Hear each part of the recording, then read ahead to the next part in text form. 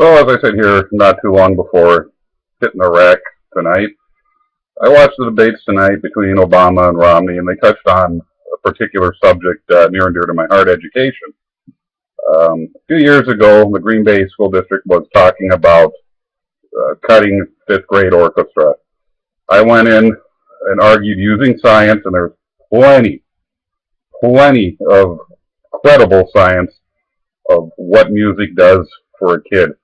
Just a brief example, the earlier you start in life, and this is especially true with keyboarding, there's a bundle of nerves between the two hemispheres of your brain called the corpus callosum. This is noticeably more developed in students that have had music in their lives. A functional MRI test, they gave two different kids the same exact problem solved. One never had music in their life, the other did. The child with music solved the problem faster with less brain activity than the child that had no music in their life. This is a fact. We have slipped from number one in the world with public education in the 80s to something like number 24 or number 25. All the countries that are ahead of us, Hungary, Japan, for example, that rank number one, they require at least 2 periods of music a week starting in kindergarten. They first start out with singing and learning to read music, then they graduate to playing instruments and working together. It works. The science is there. We do have to retool education. There are 3.5 to 4 million jobs that have gone unfilled because people don't have the skills for them. It's just such a wide open thing. I'm going to start hitting subjects. I believe that starting with incoming freshmen, they need to be certified in first aid, CPR, and AED. What does this do? Well, we're talking about starting to lower healthcare costs and burden on our healthcare system, for one. Let's say you have a kid out on the football field drops. Let's say it's 40 students. Now you have 39 other students that know what to do. This child's life is likely to be saved, will require less recuperation time, and be less of a burden on the family's insurance, or if they don't, on the taxpayer's insurance. Additionally, in school, you need to teach the kids real stuff. One of the things we know now is when you have bad dental care, there's 2 types of bacteria that grow in there. One of them makes it really difficult, even in healthy people, to control their blood sugars. The other causes heart disease, one of the leading killers of people in today's world. And there's no reason for this in a developed nation like the United States. Wood shop stuff like mirrors and birdhouses is nice, but you know what? Start teaching the kids with a licensed carpenter teaching this how to frame, how to do finished carpentry work. Metal shop, get a certified welder in there.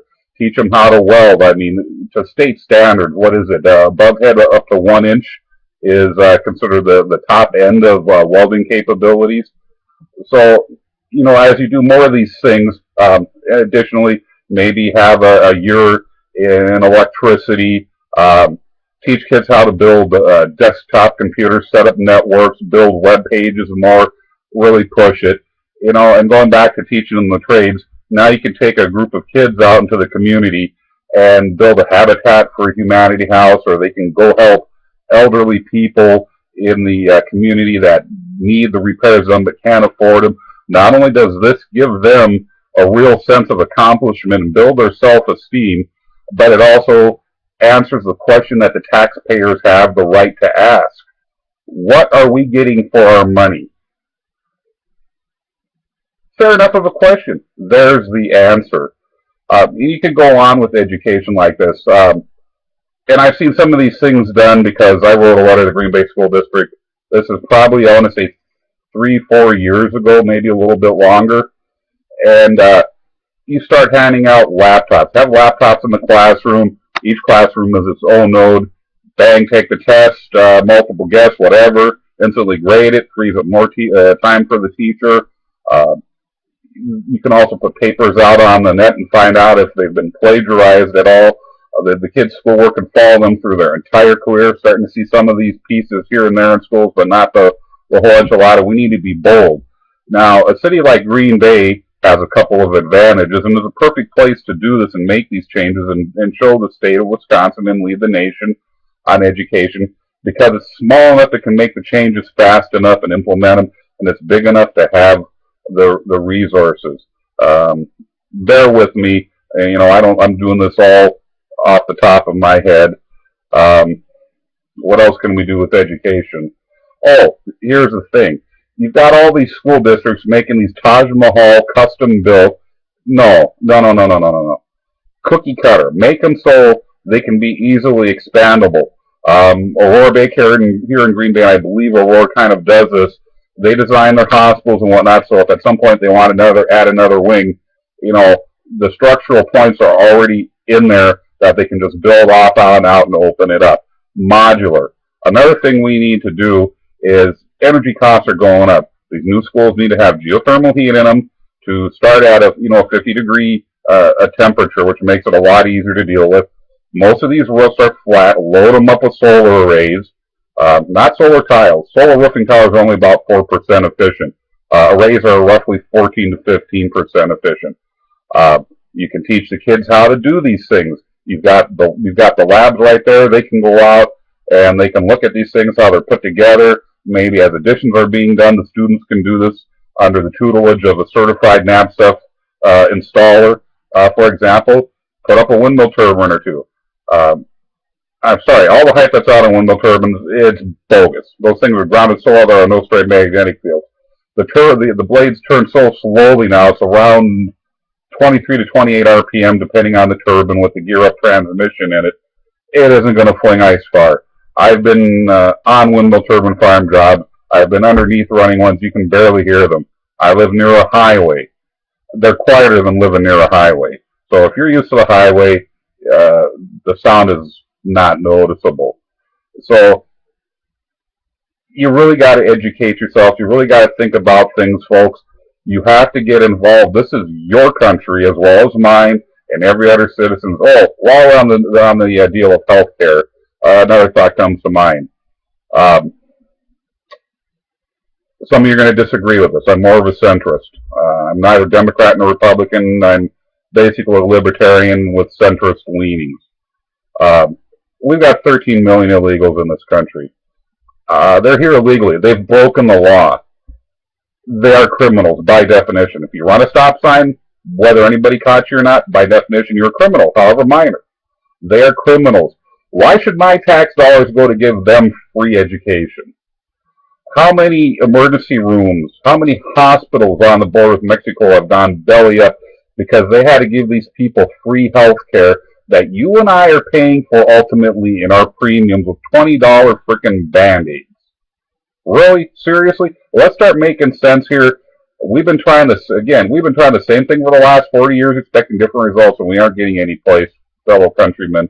It's time we start getting involved, and that's the only way it's going to change. It's the only way we're going to get the power back is if we get involved. And it can be something as simple as going out and volunteering. Get on a Habitat for Humanity house or something like that. Find somebody in your neighborhood that's an elderly person. Help them out. And don't expect payment for it. Use the pay it forward. It works. It really works.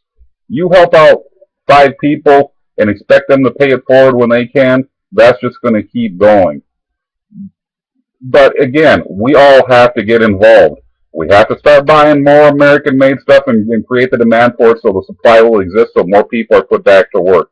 And speaking of work, with Romney talking about things and whatnot, about 12 million jobs in 4 years, well, okay, let's talk about Congressman Ryan, which brings us back to Wisconsin, Governor Scott Walker, and his 250,000 jobs in his term. He is so far off of making the mark, it's not even funny. Quit succumbing to fear-mongering.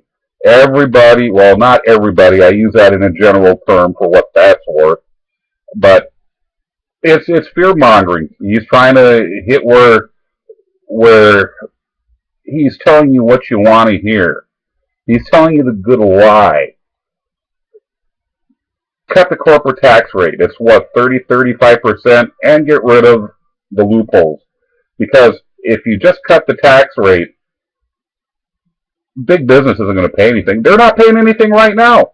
How many trillions of dollars are we owed by big oil from drilling and pulling oil out of the publicly owned land? That means publicly means owned by the people, by the government. Not, you go out to bar where everybody can go to. That's not publicly owned. Unless you're in Utah, which I believe they're all state owned, then those are public places. Libraries are publicly owned. Government buildings are publicly owned. The 250,000 jobs aren't happening. We have seen also our rights, our constitutional rights attacked in the state through Walker's policy against collective bargaining. What comes next? They tell you who you can and can't associate with, because those are the First and 14th Amendments are the ones that cover that. You got a right to associate with who you want to associate with. But you got to get involved. You got to stand up for your rights. Expect better education. It's going to take getting involved, going to school board meetings and saying, hey, what am I getting for my money here? You want to raise the rates? I want to know what I'm getting for my money. Again, fair enough question. Well, I'll get on to some other things in the next few days, and this is me signing out. Bye.